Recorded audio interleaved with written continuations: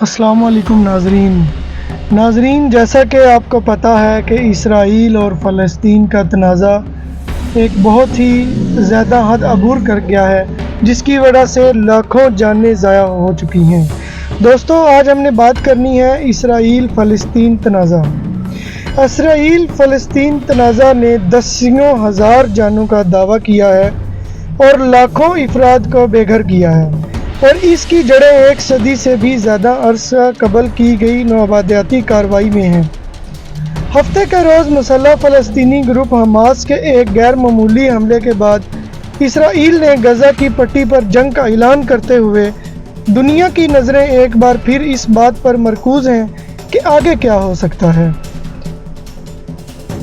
Hamas کے جنگجوؤں نے جنوبی اسرائیل کے متعدد قصبوں پر حملہ میں 800 سے زائد اسرائیلیوں کو ہلاک کر دیا ہے۔ اس کے جواب میں اسرائیل نے غزہ کی پٹی میں بمباری کی مہم شروع کی ہے، جس میں 500 سے زائد فلسطینی مارے گئے ہیں۔ اس نے بظاہر زمینی حملے کی تیاری میں غزہ کے سرحد کے ساتھ فوجیوں کی متحرک کیا ہے، اور پیر کے روز اس نے غزہ کی پٹی کی مکمل ناکہ بندی کا اعلان کرتے ہوئے پہلے سے محصور انکلیو کو خوراک، ایندھن اور دیگر ضروری اشیاء کی سپلائی کو ایک ایسے عمل میں روک دیا ہے جو بین الاقوامی قانون کے تحت جنگی جرم کے مترادف ہے۔ لیکن آنے والے دنوں اور ہفتوں میں جو کچھ سامنے آتا ہے اس کا بیج تاریخ میں موجود ہے۔ کئی دہائیوں سے مغربی ذرائع ابلاغ، ماہرین تعلیم، عسکری ماہرین اور عالمی رہنما اسرائیل فلسطین تنازع کو پیچیدہ اور تعطل کا شکار قرار دیتے رہے ہیں۔ دنیا کے طویل ترین تنازعات میں سے ایک کو توڑنے کے لیے یہاں ایک سادہ گائیڈ ہے۔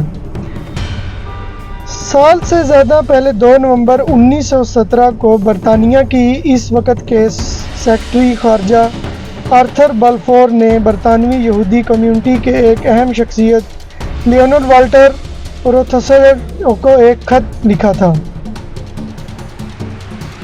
خط مختصر تھا، صرف 67 الفاظ، لیکن اس کے مندرجات نے فلسطین پر ایک زلزلہ اثر ڈالا جو آج تک محسوس کیا جاتا ہے۔ اس نے برطانوی حکومت کو فلسطین میں یہودیوں کے لیے ایک قومی گھر کے قیام اور اس مقصد کے حصول میں سہولت فراہم کرنے کا عہد کیا۔ اس خط کو بلفور اعلامیہ کے نام سے جانا جاتا ہے۔ خلاصہ یہ کہ ایک یورپی طاقت نے تحریک کو ایک ایسے ملک کا وعدہ کیا جہاں فلسطین عرب باشندے 90% سے زیادہ آبادی پر مشتمل ہیں۔ ایک برطانوی مینڈیٹ 1923 میں بنایا گیا اور یہ 1948 تک جاری رہا۔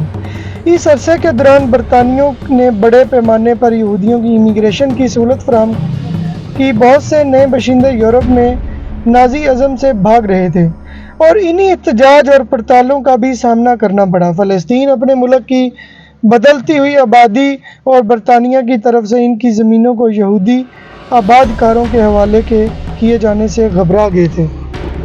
دوستو، اس کے علاوہ یہی نہیں بلکہ فلسطین کے عرب ممالک ہے جو کہ مسلمانوں پر اسرائیل بہت زیادہ تشدد کر رہا ہے اور ان کو شہید کر رہا ہے۔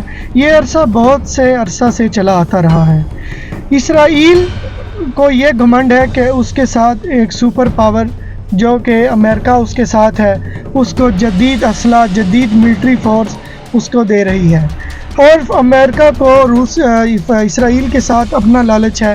امریکہ کسی ملک پر قبضہ کرنے کے لیے، اس کے اوپر جنگ کرنے کے لیے اسرائیل کے اڈے لیتا ہے، اور اسرائیل امریکہ سے اپنی ملٹری لیتا ہے، جو کہ امریکہ کی ملٹری بہت ہی آپ لوگوں کو پتہ ہے کہ طاقتور ہے اور جدید ترین ان کے پاس اسلحہ ہے۔ جبکہ کئی بہت سارے عرب ممالک نے فلسطین کی حمایت کا اعلان کیا ہے، جبکہ اسرائیل کے ساتھ یہودی ممالک نے ان کے ساتھ کھڑے ہونے کا اعلان کیا ہے، اور جبکہ اس کو ورلڈ لیول پہ بھی اس کو رپورٹ کیا جا رہا ہے کہ یہ جو اسرائیل ظلم